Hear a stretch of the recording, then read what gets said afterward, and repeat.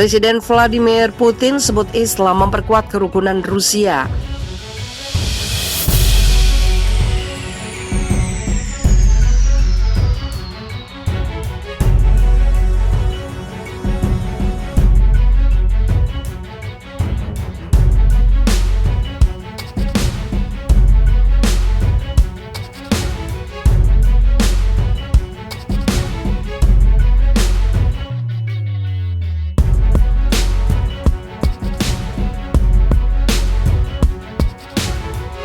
Presiden Rusia Vladimir Putin menyebut nilai-nilai Islam berfungsi untuk memperkuat kerukunan antar etnis dan melestarikan keragaman budaya di negaranya.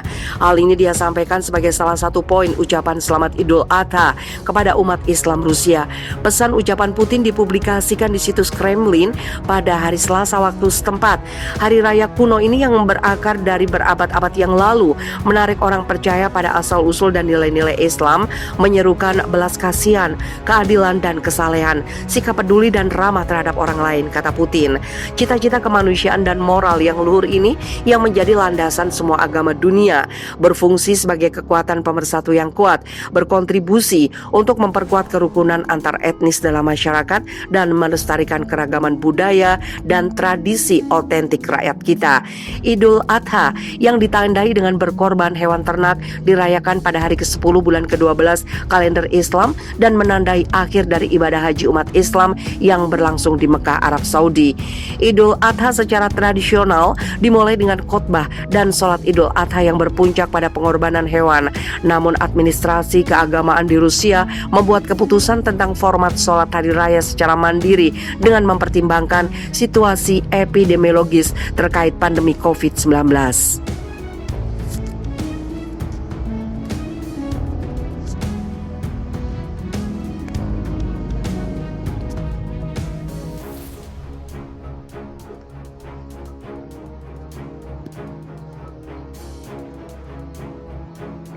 Memanas, Vladimir Putin sebut Rusia bisa serang Israel jika tidak berhenti menggempur Palestina.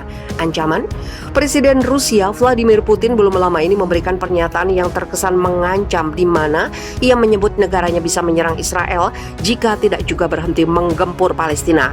Adapun hal itu ia ungkapkan pada Jumat lalu 14 Mei 2021, di mana Putin mengatakan bahwa Rusia bisa saja menyerang Israel dalam waktu dekat. Vladimir Putin beranggapan bahwasanya konflik yang terjadi antara Palestina dan Israel dapat menimbulkan ancaman langsung terhadap keamanan negaranya Rusia.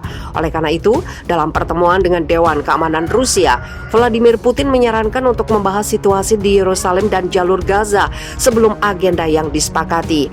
Seperti diketahui, ketegangan meningkat di lingkungan sejarah di Yerusalem Timur sejak pengadilan Israel memerintahkan penggusuran keluarga Palestina yang kemudian ditunda.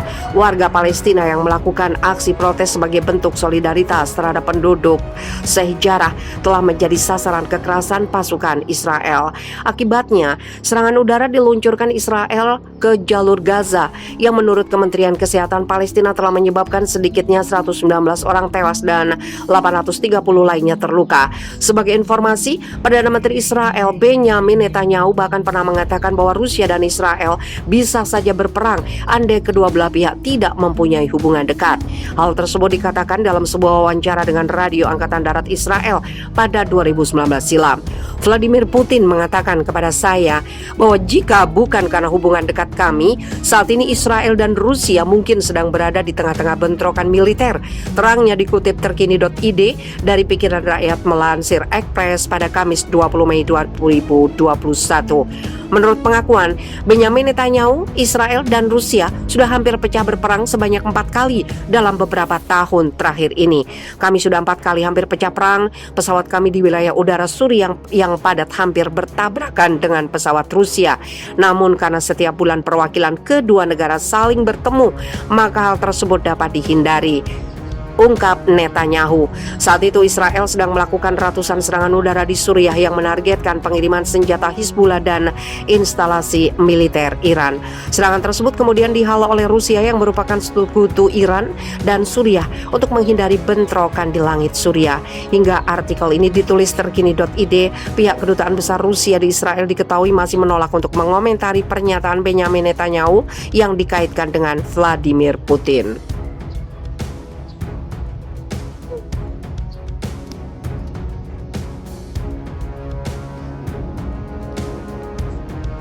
Vladimir Putin, Islam identik terorisme hanyalah permainan Amerika Serikat. Siapa musuh Barat selanjutnya? Antara 2015 sampai 2017, sutradara besar Oliver Stone melakukan beberapa kali wawancara dengan Presiden Rusia Vladimir Putin. Serangkaian wawancara itu lantas ditayangkan dalam seri dokumenter TV tahun 2017 berjudul The Putin Interview. Dokumenter itu menjadi monumental karena digarap dengan sudut pandang sinematik khas Oliver Stone terhadap salah satu pemimpin besar dunia yang disegani. Dalam satu perbincangan, Oliver Stone bertanya, di Rusia banyak kaum muslim, bagaimana pemerintah mengawasi orang muslim di Rusia? Menanggapi pertanyaan itu, Vladimir Putin menjawab, mengapa orang muslim harus diawasi? Rakyat Rusia banyak yang muslim. Di Moskow saja ada 15% orang muslim, tidak pernah ada masalah. Kami tidak pernah menganggap orang muslim masalah. Anggapan itu hanya politik Amerika Serikat dan sekutunya. Terorisme misalnya, kapan Islam mulai diidentikan dengan terorisme? Setelah Perang Dingin berakhir, katanya retoris saat Oliver Stone terus memperhatikan. Dengan gaya bicaranya yang tenang dan mendalam, Vladimir Putin menyebut bahwa Amerika Serikat butuh musuh baru agar industrinya berputar. Menurut dia, usai Perang Dingin dan bubarnya Uni Soviet, tidak ada lagi musuh dunia barat yang disebut Blok Timur. Saat elang dan beruang berdamai, Vladimir Putin heran NATO masih ada, bahkan terus memperkuat diri sampai hari ini. Untuk apa NATO dipertahankan bahkan diperluas? Bukankah Rusia tidak lagi menjadi musuh Amerika Serikat? Lalu siapa musuh NATO? Amerika Serikat selalu tidak konsisten dengan ucapannya. Berbuat sesuka hati, itulah bahayanya adik kuasa tunggal di dunia, katanya. Vladimir Putin menjelaskan dia tidak terkejut saat Barack Obama memimpin Amerika Serikat dan mengingkari janji. Barack Obama pernah menyebut akan ada menutup penjara Guantanamo yang kontroversial.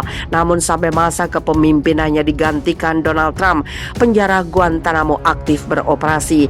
Rusia dan dunia sudah biasa menyaksikan inkonsistensi Amerika Serikat, kata Vladimir Putin. Hal lain yang menurut dia menjadi ironi adalah nasib Islam dunia hari ini. Dia menggambarkan Islam saat ini sama seperti Uni Soviet pada masa Perang Dingin. Kala itu Uni Soviet jadi korban propaganda dunia barat hampir di segala aspek kehidupan. Vladimir Putin lantas menyinggung serbuan Amerika Serikat ke Irak dengan dalih adanya senjata pemusnah massal. Setelah Irak koyak, Amerika Serikat menciptakan ISIS guna memastikan konflik di Timur Tengah terjaga.